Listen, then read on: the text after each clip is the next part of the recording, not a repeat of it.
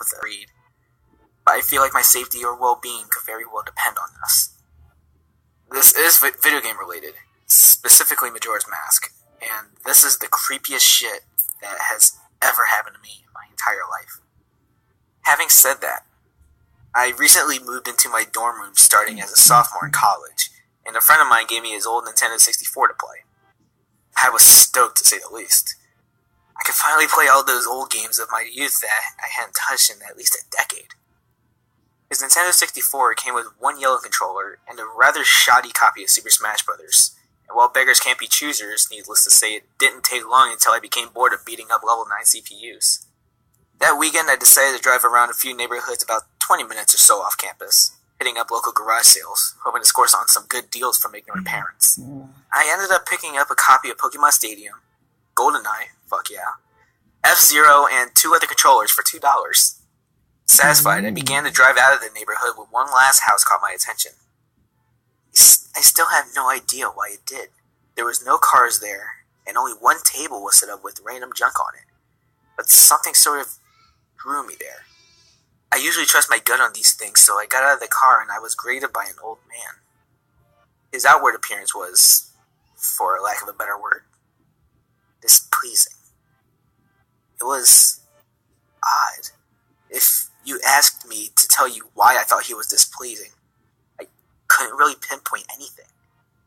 There was just something about him that put me on edge. I can't explain it. All I can tell you is that if it wasn't in the middle of the afternoon and there were other people within shouting distance, I wouldn't have even thought of approaching this man. He flashed a crooked smile at me and asked what I was looking for, and immediately I noticed that he must be blind on one of his eyes. His right eye that had glazed over look about it. I forced myself to look to his left eye instead, trying not to offend him, and asked him if he had any old video games. I was already wondering how I could politely excuse myself from the situation when he would tell me he had no idea what a video game was. But to my surprise, he said he had a few ones in an old box. He assured me he'd be back in a jiffy, and turned to head back into the garage. As I watched him hobble away, I couldn't help but notice what he was selling on his table. Littered across the table were rather peculiar paintings. Various artworks that looked like ink blots that a psychiatrist might show you. Curious, I looked through them. It was obvious why no one was visiting this guy's garage sale. These weren't exactly aesthetically pleasing. As I came to the last one, for some reason, it looked almost like Majora's Mask. The same heart-shaped body with little spikes protruding outward. Initially, I just thought that since I was secretly hoping to find that game at these garage sales, some Freudian bullshit was projecting itself into the ink blots. But given the events that happened afterward, I'm not so sure now. I should have asked the man about it. I wish I would have asked the man about it. After staring at that Majora-shaped blot, I looked up and the young man was suddenly there again, arm's length in front of me, smiling at me. I'll admit I jumped at a reflex and I laughed nervously as he handed me a Nintendo 64 cartridge.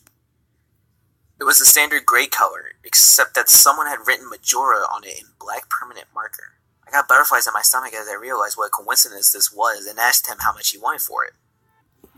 The old man smiled at me and told me that I could have it for free, that he used to belong to a kid who was about my age that didn't live here anymore. There was something weird about how the man phrased that, but I didn't really pay any attention to that. I was too caught up in not only finding this game, but getting it for free. I reminded myself to be a bit skeptical since this looked like a pretty shady cartridge and there's no guarantee it will work. But then the optimist inside me interjected that maybe it was some kind of beta version or pirated version of the game and that was all I needed to be back on Cloud 9. I thanked the man and the man smiled at me and wished me well, saying, "Goodbye then." At least that's what it sounded like to me. All the way in the car ride home, I had a nagging doubt that the man had said something else. My fears were confirmed when I booted up the game. To my surprise, it worked just fine. And there was only one save file named simply Ben. "Goodbye, Ben," he was saying. "Goodbye, Ben." I felt bad for the man, obviously a grandparent and obviously going senile, and I, for some reason or another, reminded him of his grandson, Ben. Out of curiosity, I looked at the save file. Eyeballing it, I could tell that he was pretty far in the game. He had almost all the masks and 3/4 remains of the bosses. I noticed that he had used an owl statue to save his game. He was on day 3 and by the Stone Tower Temple with hardly an hour left before the moon would crash. I remember thinking that it was a shame that he had come so close to beating the game, but he never finished it. I made a new file named Link out of tradition and started the game, ready to relive my childhood. For such a shady-looking cartridge, I was pretty impressed at how smoothly it ran. Literally, just like a retail copy of the game, save for a few minor hiccups here and there, like textures being where they shouldn't be, random flashes of cutscenes at odd intervals, but nothing too bad. However, the only thing that was a little unnerving was that at times the NPCs would call me Link, and at other times they would call me Ben. I figured it was just a bug, a fluke in the programming causing our files to get mixed up or something. It did kind of creep me out after a while, and it was around after I had beaten the Woodfall Temple that I regrettably went into the save files and deleted Ben. I had intended to preserve the file out of respect for the game's original owner. It's not like I needed 2 files anyway, hoping that it would solve the problem. It did and didn't. Now NPCs wouldn't call me anything. Where my name should be in the dialogue, there was just a blank space. My save file name was still called Link, though.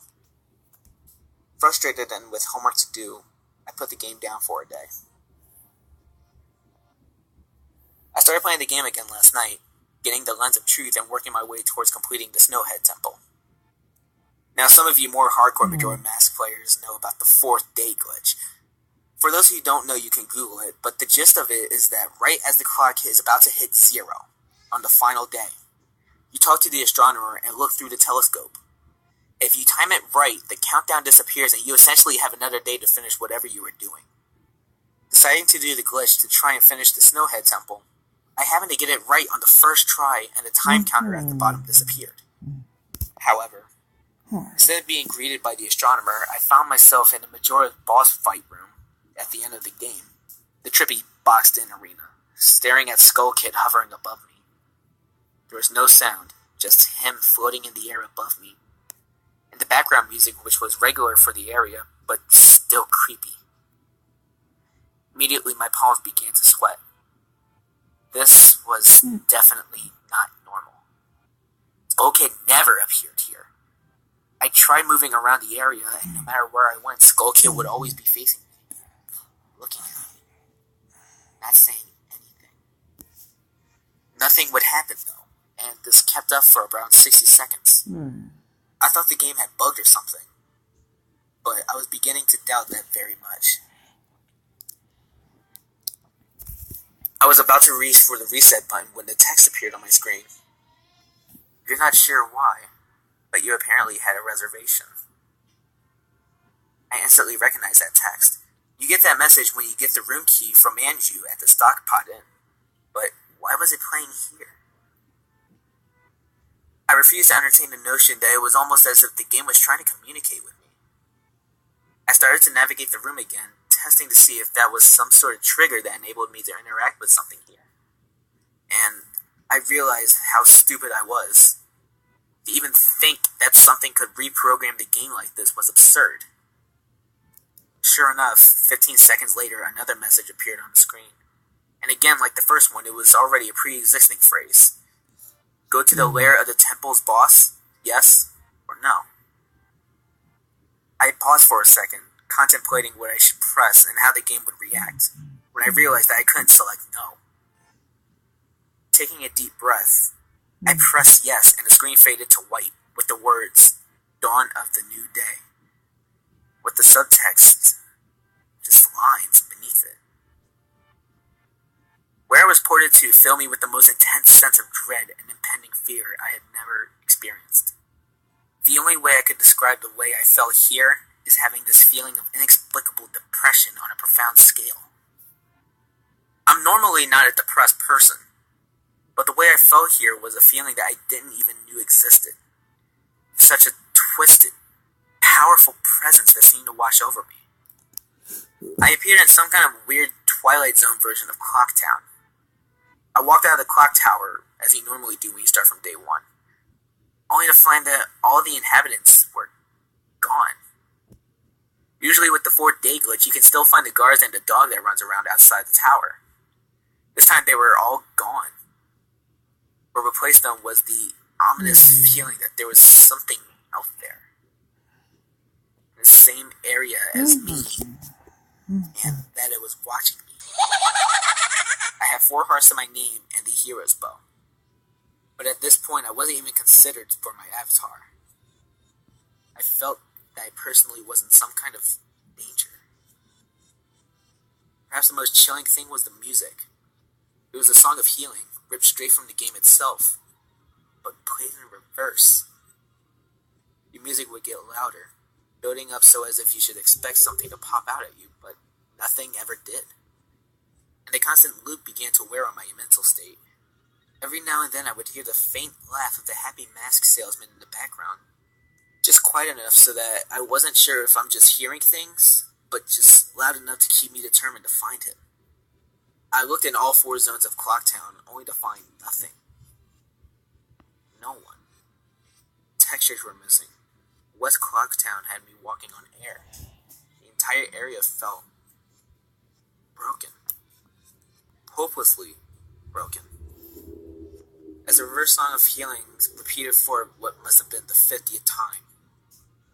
I just remember standing in the middle of South Clocktown, realizing that I had never felt so alone in a video game before. As I walked through the ghost town, I don't know whether it was the combination of the out-of-place textures and the atmosphere and the haunting melody of the once peaceful and soothing song being butchered and distorted, but I was literally on the verge of tears, and I had no idea why. I hardly ever cried. Something had gripped me here in this powerful sense of depression that was both foreign and crippling. I tried leaving Clocktown, but every time I attempted to zone out, the screen would fade to black and I would just zone into another part of Clocktown. I tried playing my ocarina. I wanted to escape and I did not want to be here. But every time I played the Song of Time or the Song of Soaring, it would say, "Your notes echo far," but nothing happens. By this point, it was obvious the game didn't want me to leave, but I had no idea why it was keeping me here. I didn't want to go inside the buildings. I felt that I would be too vulnerable there to whatever I was terrified of. I don't know why, but I came up with the idea that maybe if I drowned myself at the laundry pool, I could spawn somewhere else and leave this place. As I zoned in and ran towards the pool, that's when it happened. Link grabbed his head and the screen flashed for a brief moment of the happy mask salesman smiling at me. Not Link, me, with Skull Kid's scream playing in the background, and when the screen returned, I was staring at the Link statue from playing the song Elegy of Emptiness. I screamed as the thing just stared back at me with that haunting facial expression. I turned around and ran out and back into South Clocktown, and to my horror, fucking statue. Follow me in the only way I can compare. This is like the weeping angels from Doctor Who. Every so often, at random intervals, the animation would play of the statue appearing behind me. It was like the thing was chasing me, or I don't even want to fucking say it. Haunting me. At this point, I was on the verge of hysterics, but not even once did the thought of turning off the console occur to me. I don't know why. I was so wrapped up in it. The terror felt all so real. I tried to shake the statue, but it would literally appear right behind me every single time. Lake started to begin to make weird animations I had never even seen him do before.